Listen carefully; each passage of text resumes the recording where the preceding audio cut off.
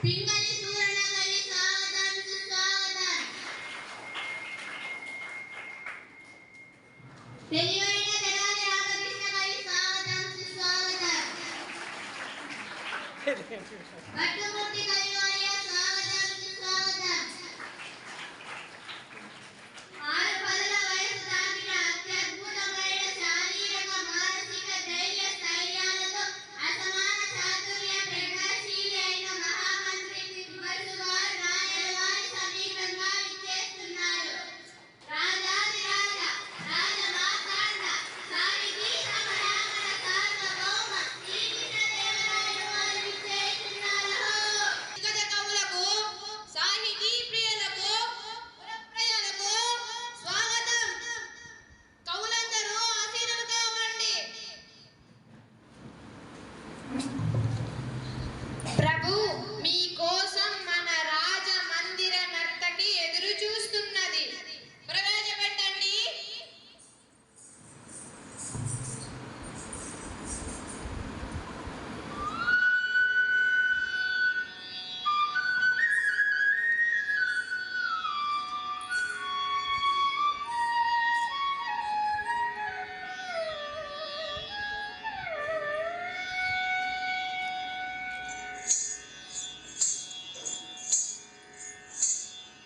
मूषिक वाहन मोदक चेष्ट चामर कर्ण विलंबित सूत्र वामन रूप महेश्वर पुत्र दीन विनायक पद नमस्ते.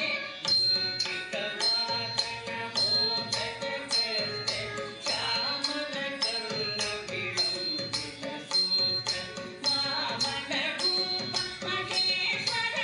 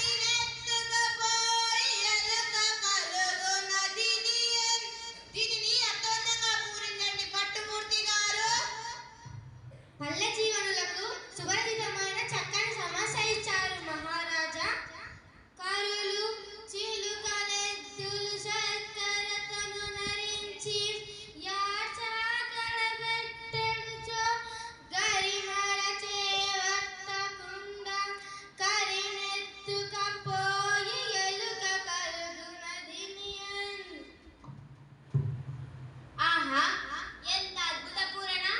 ఎలుక ఏనుగు నెత్తుకొని పోగలదా? ఆ ఏనుగు రంధ్రంలోకి పట్టునా? హ, హ, హ. ఏనుగలు, చిలుకలు, ఎద్దులు మొదలైనవి చక్కెరతో చేసిన బొమ్మలు. వ్యాపారి పగలంతా వీటిని అమ్మి సాయంత్రానికి అన్ని బొమ్మలను ఎత్తిపెట్టి ఒక్క ఏనుగు బొమ్మను మలిచాడని, దానిని ఎలుక రంధ్రంలోకి ఈడ్చుకుపోయిందన్న మీ భావం విడుదల ఉంది. బహుబాగు మహారాజా, ముద్దు పలుకున ముక్కు తిమ్మన కవి అందుకోండి. గాడిద ఏడ్చెంగదన్న ఘన సంపన్న, గాడిద ఏడ్చెంగదన్న ఘన సంపన్న. దీనిని పూరించండి. రాజశేఖర, మానవులలో ఆడిన మాటలు తప్పేవారు కొందరు ఉన్నారు. దైవకృతము పూరించలను. ఆడిన మాటను తప్పిన గాడిద కొడుకంచు తిట్టగా విని, అయ్యో వీడా నా కొడుకని యొక్క గాడిద ఏడ్చె గదన్న ఘన సంపన్న. లౌకిక జీవన గమనంలో గ్రామీణుల దూషను ఆడి తప్పిన జనులైన స్వభావాన్ని తెలుపుతూ వాడు నిలబెట్టుకోవడం విలువను చాటారు. ఆడి తప్పిన మనిషిని గాడిద కొడుకని తిట్టినప్పుడు విశ్వాసానికి మారు పేరుగా నిలిచిన జంతువు గాడిద ఏడ్చిందన్నారు. దీనిని చెప్తూ దృష్టాంత రూపంలో సాగిన మీ పూరణ అద్భుతం. దూచటి తిమ్మన కవీంద్రులు లోకరీతిని భీతి లేకుండా పలికారు. ఇప్పుడు నా నా నా నా నా నా నా నా నా నా నా నా నా నా నా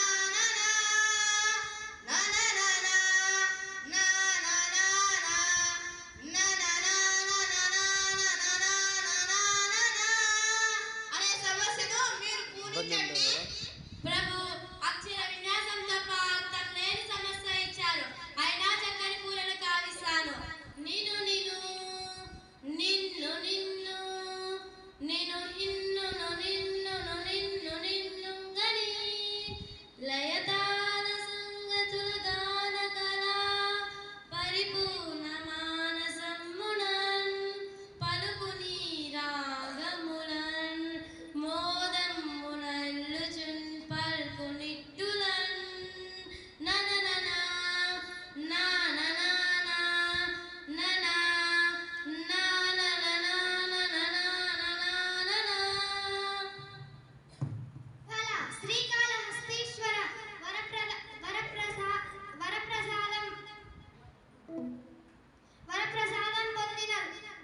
వరప్రసాదం పొందిన దూర్చటి భువన విజయ కవులు. అవునవును, జానపదుల సొత్తు జానపదం. సత్యం చెప్పారు రామకృష్ణ. తదుపరి మీదే వంతు. మీ పదగుంఫనాన్ని మే మెరుగదము. మేక మరియు తోక అన్న రెండు గంట పదాలతో ఒక సీసా పద్యం చెప్పండి. మమ్మేగిన దేవరా నన్నాదేశిస్తే కాదంటానా? ఆలకించండి మహాప్రభు. మేక తోకకు మేక తోక మేకకు మేక, మేక తోకకు మేక తోక మేకకు మేక, మేక తోకకు మేక తోక మేకకు మేక, మేక తోకకు మేక తోక మేక, మేక తోకకు మేక తోక మేకకు మేక, మేక తోకకు తోక, మేక తోక తోక తోక తోక తోక మేక, మేక తోక తోక తోక తోక తోక మేక, మేక తోక తోక తోక తోక తోక మేక, మేక తోక తోక తోక తోక తోక మేక. మీరు సామాన్లు కాదు రామకృష్ణ. ఏమేమి మేకల కాపరి అడవికి మేకకై మేకను తీసుకుపోతున్నాడా? ఒక మేక ముందర పోతుందా? ఆ మేకకు తోక వెనుక బాగాన ఉంటుంది. ఆ తోక వెనుక మరొక మేక ఉంది. ఇలా మేకల మధ్య పోతున్న తీరును మేక తోక అన్న దత్త పదాలతో చక్కగా చిక్కగా చెప్పారు. శభాష్ రామకృష్ణ కవి. మీ కత్తికి రెండు వైపులా 10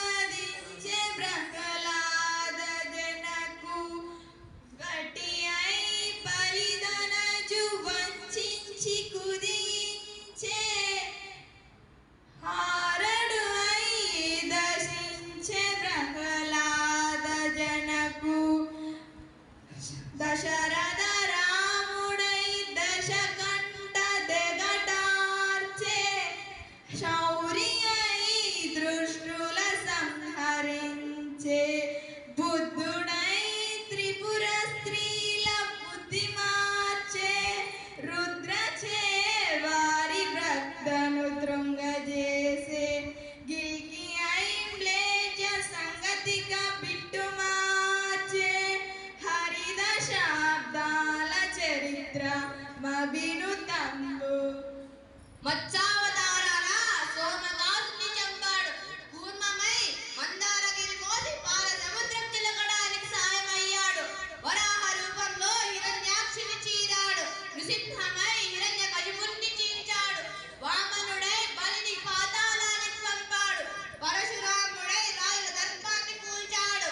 శ్రీరామ